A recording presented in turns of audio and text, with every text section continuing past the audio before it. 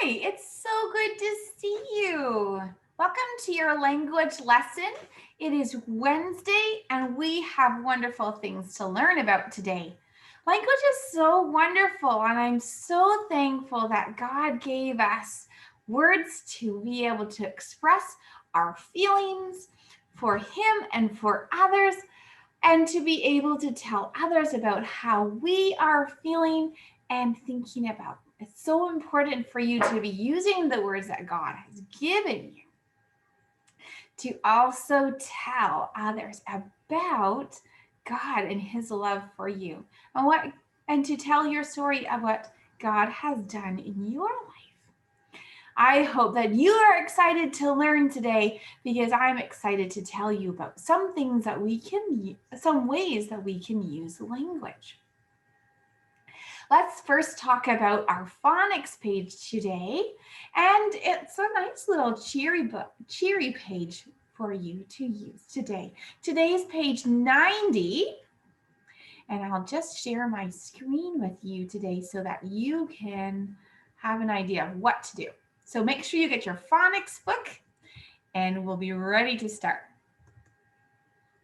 There we go. Get a little bit bigger for you to see. Okay, how's that? Pretty good. All right, so on today's page is pretty simple, but it helps us to use language by understanding words better by the sentences that they are in. So it helps us to see words as a group instead of just random on their own. It helps to have better meaning. You will be able to use that skill when you practice your reading of books.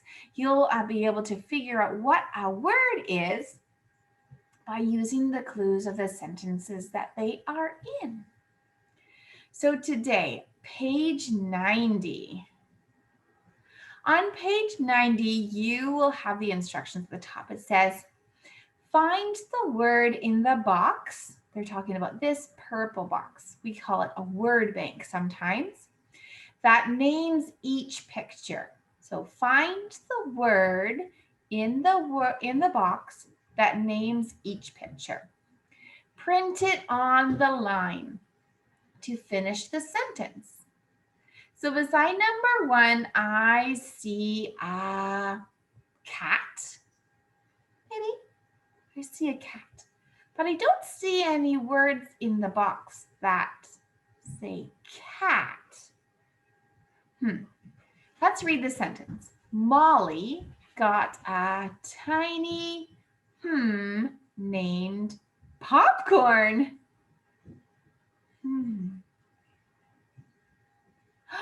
Kitten, you're right. I was looking for cat, but it's a kitten, which is a young cat. Print kitten on the line. You're right. I knew that. I was just trying to see if you were paying attention. Number 2, here is a picture of a bow. Maybe you would wear a bow in your hair. But wait, I don't see the word bow. This is a word that starts with a B. Basket. No, that's not the word. Boxes. That does not say bow. Button. This doesn't start with a B. Baby. No. Let's read the sentence. She tied a blue on popcorn. Oh yeah, the kitten named Popcorn. Let's say the names or the words that are there. Ribbon.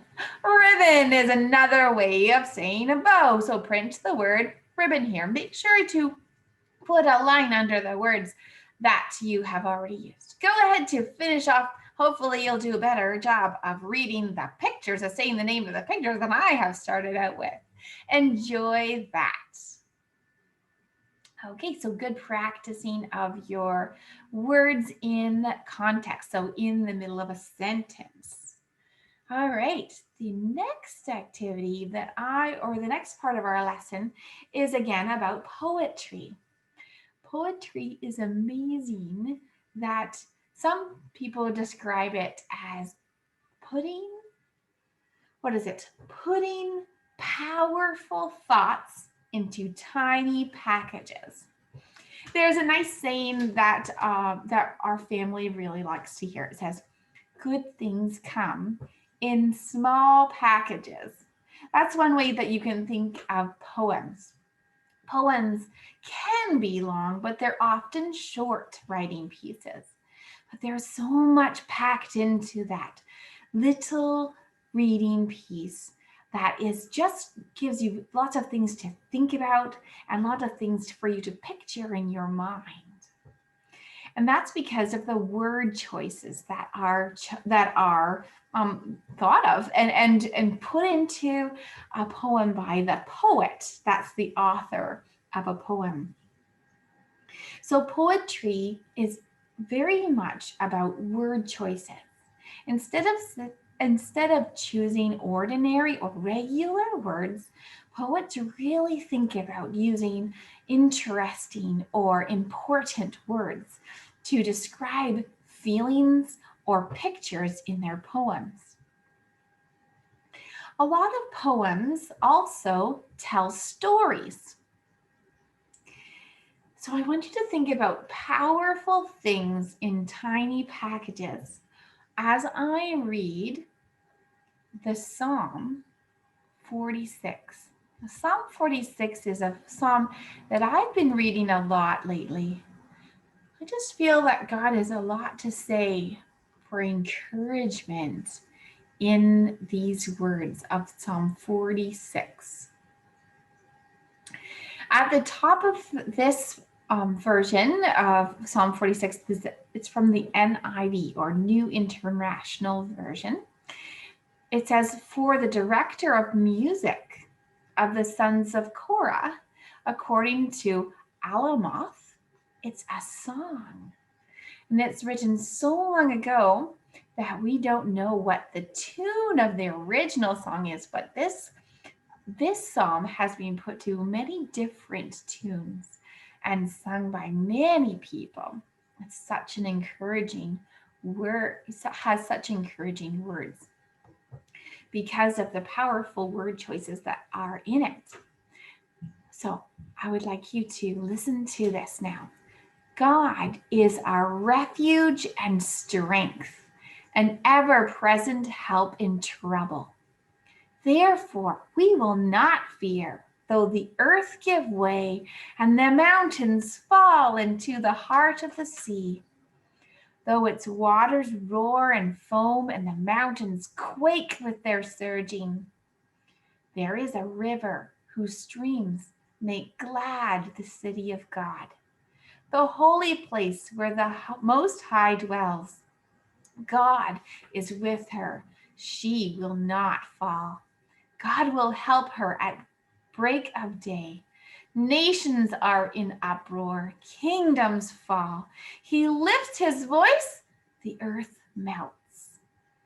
The Lord Almighty is with us. The God of Jacob is our fortress. Come and see what the Lord has done, the desolations he has brought on the earth. He makes wars cease to the ends of the earth. He breaks the bow and shatters the spear. He burns the shields with fire. He says, "Be still and know that I am God. I will be exalted among the nations. I will be exalted in the earth. The Lord Almighty is with us. The God of Jacob is our fortress." Now, those are powerful thoughts. And the author of this poem chose them because of how great they are in their detail and how that helps us to picture how amazing God is.